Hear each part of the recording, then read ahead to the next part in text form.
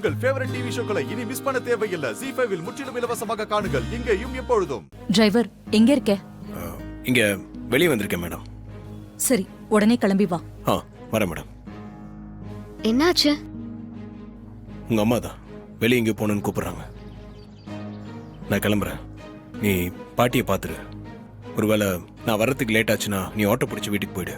எனக்கா வெயிட் பண்ணாத. சரி. என் பேத்தியை பார்த்து பேசுறதுக்கு இத்தனை வருஷம் பிடிச்சிருக்கு பாரு. இப்பவாது பார்க்க முடிஞ்சதே, அதுவே எனக்கு சந்தோஷம்தான். பாட்டி, நீங்க வீட்டுக்கு வந்தப்போ அம்மா உங்களை திட்டி அசிங்கப்படுத்தி அனுப்பிட்டாங்க.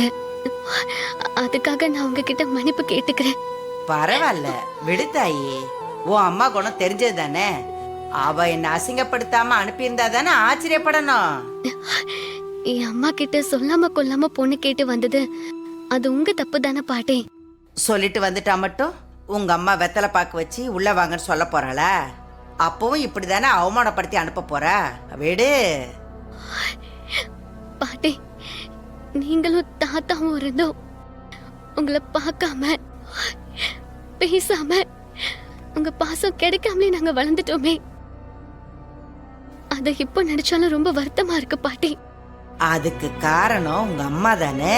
என்ன பண்றது, உங்க எல்லாரையும் வரவழைச்சு பக்கத்துல வச்சு பேசணும் பார்க்கணும்னு எங்களுக்கும் ஆசைதான். அதுக்கு நாங்க கொடுத்து வைக்கலையே தாயி. இல்ல பாட்டி, இனிமேலாச்சும் நம்ம அடிக்கடி பாப்போம் பேசுவோம் சந்தோஷமா இருப்போமே. எவ்வளவு அழகா பேசுற முருகா. பாத்தியா ஐயா, என் பேத்தி என்ன அருமையா பேசுற. அம்மாடி, நீ இப்படி பேசுறத உன் தாத்தா பார்த்தாருன்னு வச்சுக்கோ, ரொம்ப சந்தோஷப்படுவாரு. எனக்கு தாத்தாவையும் பார்க்கணும்னு ஆசையா இருக்கு பாட்டி. அதுக்கு என்னடா கண்ணு, இன்னொரு நாள் பார்த்துட்டா போச்சு.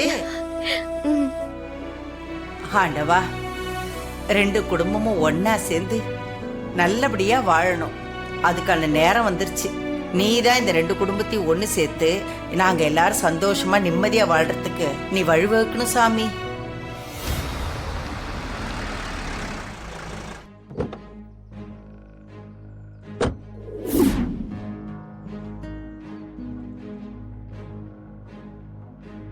மேடம், நீ எங்க இருந்த ராஜா?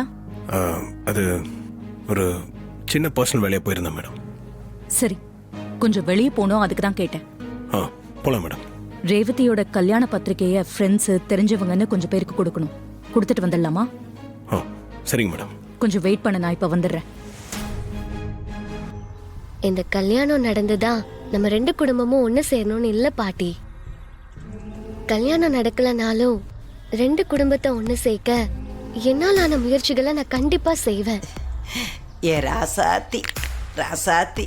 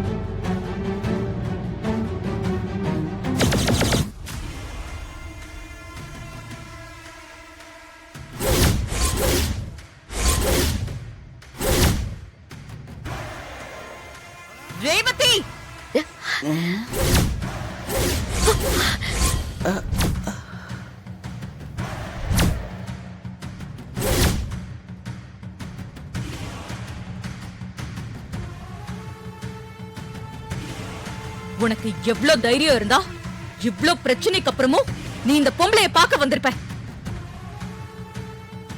இல்லம்மா, பாட்டி பெரியவங்களாச்சே, என் கல்யாணத்துக்கு இவங்க ஆசீர்வாதம் இருந்தா நல்லா இருக்கும் தான் பத்திரிக்கை கொடுத்து ஆசீர்வாதம் வாங்க வந்தேன். ஏய், இவ மூச்சு காத்தே நம்ம மேல படக்கூடாதுன்னு நினைக்கிறவன்னா நீ என்னடானா உறவு முறை கொண்டாடி பத்திரிக்கையை கொடுக்க வந்திருக்க. வர வர என் பேச்ச கேட்க கூடாதுன்னே இருக்கியா? சாமுண்டீஸ்வரி, என் பேத்தி செஞ்ச நிறுத்து. நான் உன்கிட்ட பேச தயாரா இல்ல. நான் என் பொண்ணு கிட்ட பேசிட்டு இருக்கேன். ஏய், இனிமே ஒரு நிமிஷம் கூட நீங்க இருக்க கூடாது.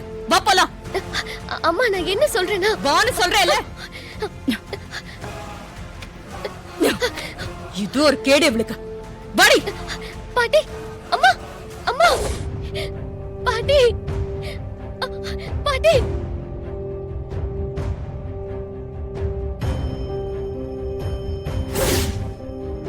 அம்மா, நான் ஒன்னு சொன்னா தப்பா எடுத்துக்க மாட்டீங்களே.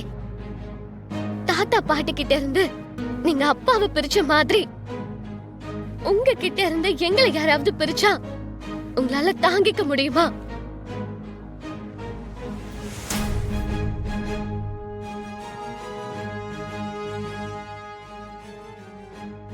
மாமா, ரேவதி நல்லா பாயிண்ட் பிடிச்சு பேசுறா. பேசாம அவளை லாயருக்கு படிக்க வச்சிருக்கலாம். கேட்கட்டும் மாப்பிள. நான் கேட்க முடியாத கேள்வியெல்லாம் என் பொண்ணு கேட்கறாளே, அது வரைக்கும் எனக்கு சந்தோஷம்தான். ஐ எம் ஆல்சோ ஹாப்பி மாமா. ரேவதி, உனக்கு என்னோட வலியும் வேதனையும் இன்னும் புரியல. அதனாலதான் இப்படி பேசுற. அம்மா, உங்களோட வலி வேதனை ஒண்ணு புரியாம இல்ல. தாத்தா பாட்டியோட வலி வேதனையையும் புரிஞ்சுக்காம இருக்கீங்கன்னு தான் சொல்றேன். ரேவதி, நீ அம்மா எது சொன்னாலும் அதை எதிர்த்து செஞ்சே பழக்கப்பட்டுட்ட. அதான் இந்த விஷயத்திலையும் அம்மாவை எதிர்த்து பேசுற. அவங்க கூட பேச்சுவார்த்தையே இல்ல. அவங்க எப்படி தம் பேரனுக்கு பொண்ணு கேட்டு வரலாம்? அது மட்டும் சரியா? அவங்களுக்கு எனக்கு நிச்சயம் நடந்தது தெரிஞ்சிருக்காது. அதனாலதான் பொண்ணு கேட்டு வந்திருக்காங்க. தெரிஞ்சிருந்தா யாராவது வருவாங்களா? இவ்ளோ நாளா பிரிஞ்சிருந்த குடும்பம் ஒரு கல்யாணத்தால ஒண்ணு சேரும் நினைச்சிருக்காங்க. அவங்க நினைப்புல தப்பு இருக்குன்னு எனக்கு தோணல. இவ்ளோ நாளா பிரிஞ்சிருந்த குடும்பம் ஒரு கல்யாணத்தால ஒண்ணு சேரும் நினைச்சிருக்காங்க. அவங்க நினைப்புல தப்பு இருக்குன்னு எனக்கு தோணல. மாமா, ரேவதி நம்ம வேலையை குறைச்சிருவா போல இருக்கே. கார்த்தி ரேவதி கல்யாணத்தை அப்போ நம்ம கண்டிப்பா நடத்திடலாம். நம்ம எதிர்பார்க்கறது அதான் மாப்பிள. ஜீ5 ஆப்பை டவுன்லோட் செய்து அனைத்து எபிசோடுகளையும் இலவசமாக பாருங்க.